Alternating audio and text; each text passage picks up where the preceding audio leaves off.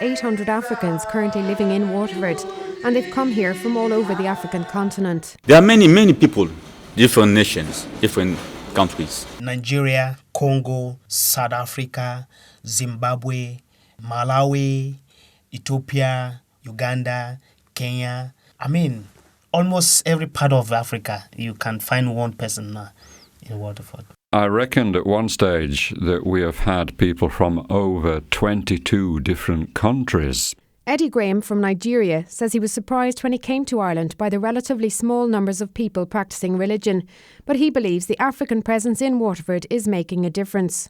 We have met a lot of Irish priests in Africa, and with a very perceived understanding that being in Ireland is where religion is practiced, is where God is worshipped. Well, my personal observation is that I feel very, very unfortunate.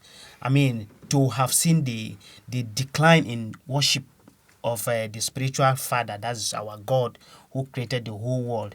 Ireland to the outside world is having a very high position of religious height. But as soon as you arrived into the country, you go to the cathedrals, the chapels to worship. You see very few and, in fact, discouraging number of Irish people worshiping. So, basically, to my own inference is that the Africans now in Waterford, in Ireland, they are the people boosting the interest of these Irish people one more time in their life to worship, because there's every essence of worshiping your creator. So today, religion and Christianity is gradually building up through the inspiration of the Africans.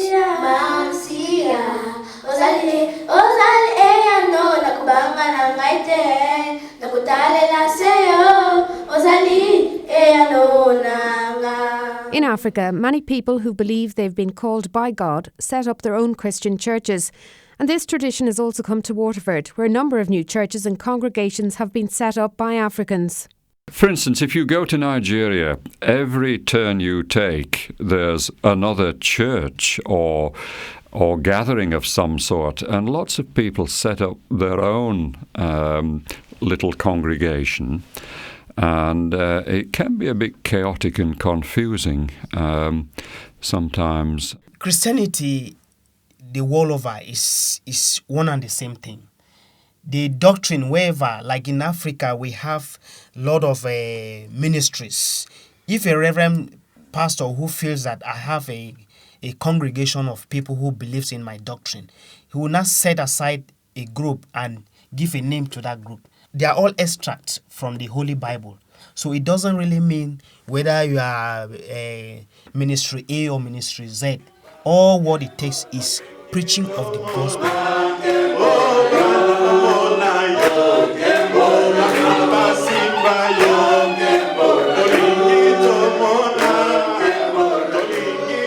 Pastor Guy Mukalenge Talokanga is from the Democratic Republic of Congo. Although he's a qualified civil engineer, he believes he's been called by God to preach the gospel.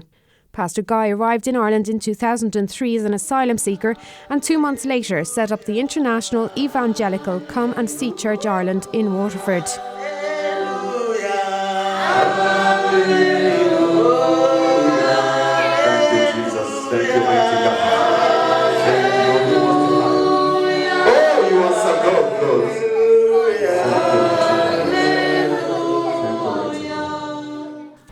We started the church being four only. Just imagine 4 people.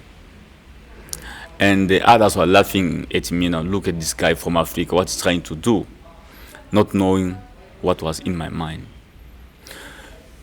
Everything depends to you, my dear. If you want to become a rich, it's up to you. You have to discipline yourself. You have to take time to meditate upon what you are planning to do. All the time I was thinking about God, how can I conquer this world of fall? I was crying before God. God, please, I want to do your will. Please help me. I'm not worthy to stand before people to tell them about you. But give me strength, give me courage, give me power, Lord. Today, we are no more 4. No, come to church, you're going to see yourself. Tell me. No, I would like you to see yourself. Not only, we talk about African only, but today, even the Irish are in the church. Hallelujah. He lives in Viking House in Waterford City, a hostel that provides accommodation for asylum seekers. Oh, it's not so bad. I don't want to complain too much because God is not a fool or stupid to send me there. I have another mission there as well. I'm asylum seeker, but I'm trying to strengthen even those are weak. Those are depressed. I'm there in their side just to encourage them, to lift their faith up, believe in God. God gonna work. The future is in the hand of God. It's not the end of the world. Support, pray God gonna help you. I'm there in their side just to encourage them, to keep going. They would like to go to school. They cannot go to school. They would like to work, but they are not entitled to work. Because when you get you working, you are in trouble. That's our main difficulties.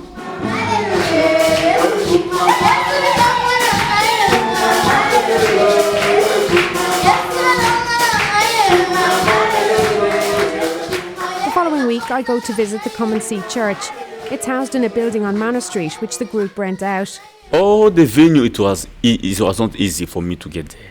So God help us a lot. As I said to you, when God is in front of you, everything gonna be possible. We tried to go to Baalbek to find a premise, a hall where you can surround it every day. It was impossible, but God put my heart to go to see that manager. They said to me, no, you can come, you can rent here, and we are renting. He's a good man, cool, very happy with me. We are always in a good term. Enjoy our service there. Because we are cleaning, we are doing everything there according to the law. The congregation of about 40 is predominantly African, and the service is very informal with singing, preaching and readings. Because the congregation is made up of English and French speakers, everything has to be translated into the two languages. It's saving people. It's the way of God. Before we can go to receive the way, we are going to stand up all of us on our feet. Then we are going to sing praises to God. The African community in Waterford is made up of many different religions, although the vast majority are Christians. Denominational loyalty in Africa is not firm and fixed, and the kind of cultural and identity issues that you would get with Christian denomination in Ireland are simply irrelevant. In some countries, denomination is still very important. The missionaries did take their sectarianism with them, but by and large, I think people are not interested in the historical baggage that is part of church history in Europe and in Ireland. I'm a Catholic. I've been worshipping with the St. Patrick's United Church. I've been worshipping with the Christ Chapel. I've been worshipping with the Anglican. So it depends on the situation. Having it in your mind that it is one God we worship. If your place of worship is 20 minutes drive from where you live, and you wake up on that Sunday seeing that you are behind time, you go to the nearest church, then you worship. It's the same God. So that is a practice where the African people follow up with. There's nothing like names in the Bible, like Catholic, Protestant, Methodist. There's nothing like that. We are all following Jesus. And it's not the church gonna save someone. No, it's Jesus, the one who went upon the cross to die for you and I, so that we can be saved. The African presence in Waterford is having a huge impact on the practice of religion here. It's led to a revitalisation of many existing churches and has also resulted in the creation of new ones. Reverend John Parkin of St. Patrick's United Presbyterian and Methodist Church says he believes the African presence in Waterford should be welcomed. I think the arrival of new people into Ireland is a fantastic thing and can contribute to a richer, more diverse country. There's no need to fear it. There is no threat.